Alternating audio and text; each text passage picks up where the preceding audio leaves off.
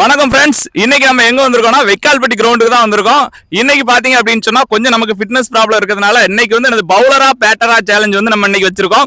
Bowler பாத்தீங்கன்னா பிவின் வந்திருக்காரு, batter பாத்தீங்கன்னா மைக்கேல் வந்திருக்காரு. இப்போ என்னன்னா பவுலர் வந்து நான் ஒரு போல்ட் எடுத்துருவேன் அப்படின்னு சொல்றாரு, பேட்ஸ்மேன் நான் ஒரு ஓவருக்கு 6 பாலுக்கு 2 6 அடிச்சிருவேன் அப்படின்னு சொல்றாரு.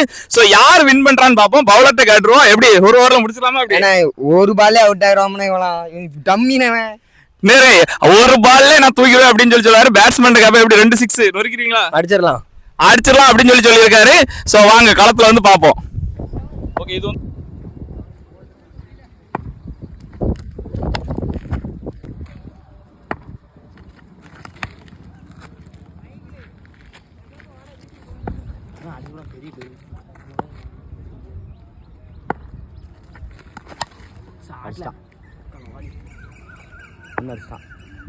ஆள் தெரிஞ்ச மாதிரி அடுத்த வாரம் போடு.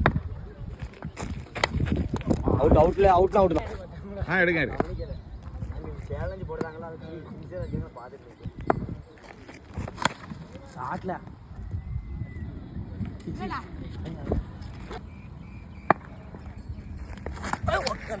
ஃப்ரெண்ட்ஸ் 6 பால் வந்து போட்டாங்க. பிவின் சொன்னாரு ஒரு பால்ல முடிச்சிருவேன்ட்டாரு. ஆனா மைக்கேல் பாத்தீங்கன்னு சொன்னா அவர் சொன்னதை காப்பாத்திட்டாரு, 2 6 அடிச்சிட்டாரு. இப்போ பிவின் கேப்ப என்ன பிவின் என்னாச்சு, ஒரு பால்ல முடிச்சிருவேன்னு சொன்னீங்க. இன்னைக்கு கொஞ்சம் ஃபார்ம்ல இல்ல, மத்த நாள்லாம் நேரம் போல்டு தெரிய விட்டுருக்கலாம். சரி, ஃபார்ம்ல இல்ல அப்படின்னு சொல்லியிருக்காரு. இருந்தாலும் பரவாயில்ல, நல்லா போட்டீங்க. All the best. அடுத்து பாப்போம் மைக்கேல் சொல்லுவோம். நீங்க எப்படி சொன்னதே செஞ்சு காட்டிருக்கீங்க, பெரிய பேட்ஸ்மேன் நினைக்கிற ஏரியாவில. அப்படியெல்லாம் இல்ல, அடிக்கலாம் நினைச்சா அடிச்சிட்டேன். அடிச்சேன்னு சொல்லி நம்பிக்கை இருந்தாக்கி எதனாலும் செய்யலாம் அப்படின்னு சொல்லி மைக்கேலோட பேட்டிங் வந்து காட்டுச்சு. நீங்களும் இந்த சேலஞ்சில் கலந்துக்க விரும்புனா கமெண்ட் பண்ணுங்க. அடுத்த வீடியோல சந்திப்போம். நன்றி.